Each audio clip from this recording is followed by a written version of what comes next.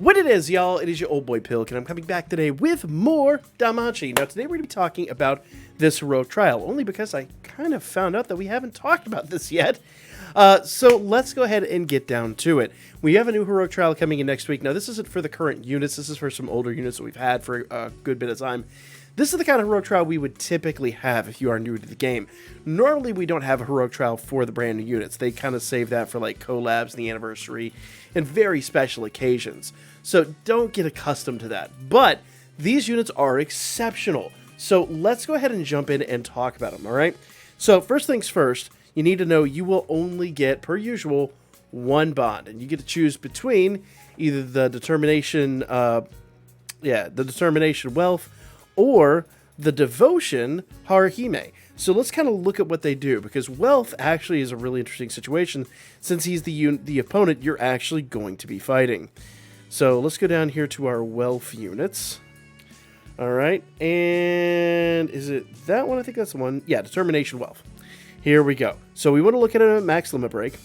First things first, all of his stats are right here. 3747 for, you know, for a magic unit is pretty respectable, especially back in the day. Magic attack is 1900. I know these days we expect quite a bit more, but back then that was really, really good. Agility, once again, was great for back in the day, kind of not so great now. Neither really is the dex, and endurance is kind of par of the course we have for a magic unit. That said, let's look at what he does, okay? First things first, all allies increase SA gauge charge gain by 33%. Now, also has magic dex and fire attack damage plus 30%. Now, the main thing you want to pay attention to here is that 33%. Now, the magic dex and fire would be great, but most of your teams nowadays, especially like the fire units we've got and all that stuff, recently in the game would have their own fire attack damage buff. They might get a magic but for like a turn or two, or they might get a dex buff from this, which would actually be nice. But for your fire teams, this is really awesome to have the SA gauge charge and a unit that can do some respectable damage alongside your team, so you don't necessarily need to sack him. Now, it is worth noting you're only going to get a bond of this unit. You are not going to actually get the unit itself. So if you don't have Determination Welf, you can either hold on to the bond or you can actually sell it, and we'll talk about that here in a moment. But 33% of SA gauge charge, I really like that. If nothing else, it's a really fine skill to have, and he can work alongside your other fire units that we've recently acquired. Skill 2 is a fast, high fire magic attack with damage received attack all and single targets plus 20%. So he'll increase all and single target damage 20%. So basically, if you really want to pay attention to what he's doing here, he's doing the sack skill that we do with Line, and the sack skill that we do with Winnie when we're not using her SA, just the general all and single target. So he's a very substantial, very good unit. Now, he does do super fire magic attack with temporary magic boost, high penetration rate, and allies 40% HP regen for 2 turns. Now, he isn't going to do a crazy big hit here because he doesn't have a percentage boost, but allies 40% HP regen for 2 turns is substantial. So this guy really is a good unit all the way around. He is very, very potent. Maybe not like in like the damage department, but as far as like what he's capable of doing, including his heal and all that, he's a very good unit. Now, here's the deal. When you're fighting him, you got to watch out for this. He will heal during the fight, so you do need to be aware of that. But it's not going to be a huge issue. Plus, he's not going to hit super hard because he's only got like the 30% buffs here. So do bear that in mind. That said, SA. Now, I don't believe the opponent SAs in the actual match. I haven't seen it yet, at least. But if you're going to use an SA, do know, first of all, it is a foe's singular attack. So you're talking about a Record Buster skill. And if I'm honest here, you're probably never going to use it for that. He is more of a support unit, but let's see what he does anyway. Ultra Fire Magic Attack damage plus 40% per each self magic and fire attack damage buff. Now, 40% doesn't seem like a lot, but bear in mind, that's per magic and fire attack damage buff. Remember, you're going to buff magic and fire attack damage on the adventure side and the assist side.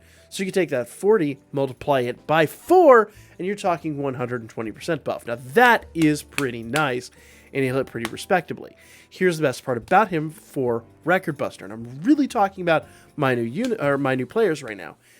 Foe singular, removes strength and magic buffs. So if you don't have somebody that removes strength and magic buffs, he can actually do it on SA, and his SA is going to hit pretty good. So he actually does have one really, really, really solid hit.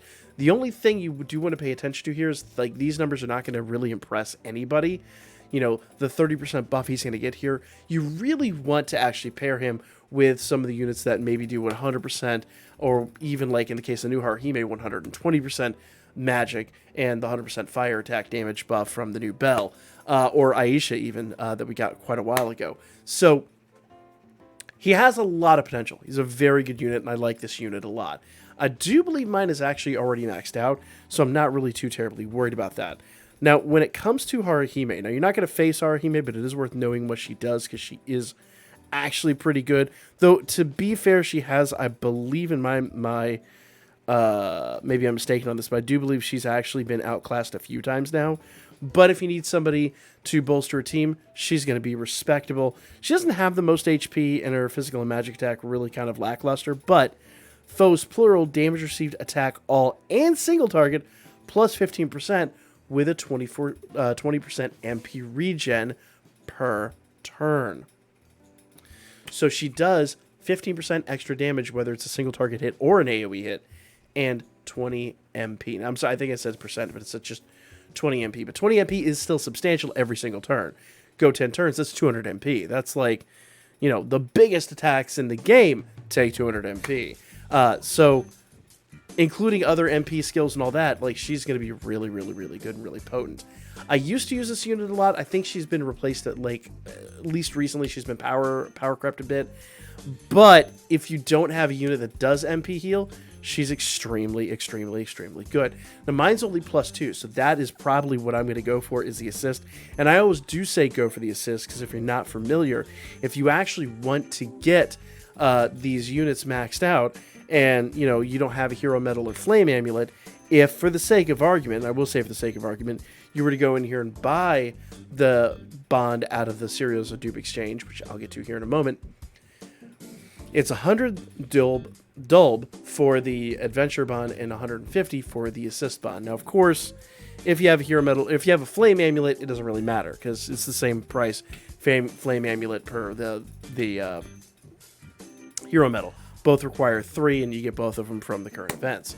But the main thing you want to take away here is that the assist is a little bit better value, I guess I should say. Now, let's say for the sake of argument, you don't have any of these units whatsoever. You don't have any units. You can still farm up Dulb, and that's the best part. So if I go here and I go to inventory, and I go to bond, this will list all of my 4-star bonds down here. Now, the nice part is, if I have, and that, once again, neither one of these units are going to drop from this, you're only going to get the bond. So if you can't use the bond, you could actually go in here and actually sell the bond. So if I go to sell this Mikoto, which I'm not going to do right now, but if I go to sell her, and I click max, it's going to go to just the one bond I've got of her, and you will notice that now I've got my 100 Dulb, and I'm going to get 50 Serios from it. Now, why is this important? Well, after you get enough Dulb, as I showed you before, you're going to be able to buy the Prism Bond to basically put an extra bond into whatever non-time limited unit you want. Plus, with Serios, you can come down here, you could buy tickets. You got 3-star tickets, 2-star tickets, and you've got CP items, which basically turn into free-to-play Iris. I do drop a video on that the first of every month. I have faltered the last 2 months, but, you know, that information is out there if you want to know how to do that. Now, taking on the event itself is actually pretty easy. Okay, as I said, you do want to be careful with Welf, and I'm going to take on the EX mission, and of course, I am going to utilize my water team, because this is just going to show you how hilariously simple this is. Now, Welf will heal, so you do want to walk in here with the knowledge that Welf is simply going to heal.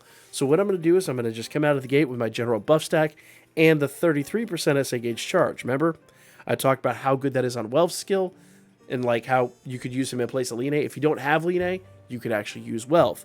So it's very good. So everybody's just basically in a buff here, and Line is going to give us 33%. And the reason we're going to do that is just to try to get a faster SA build off.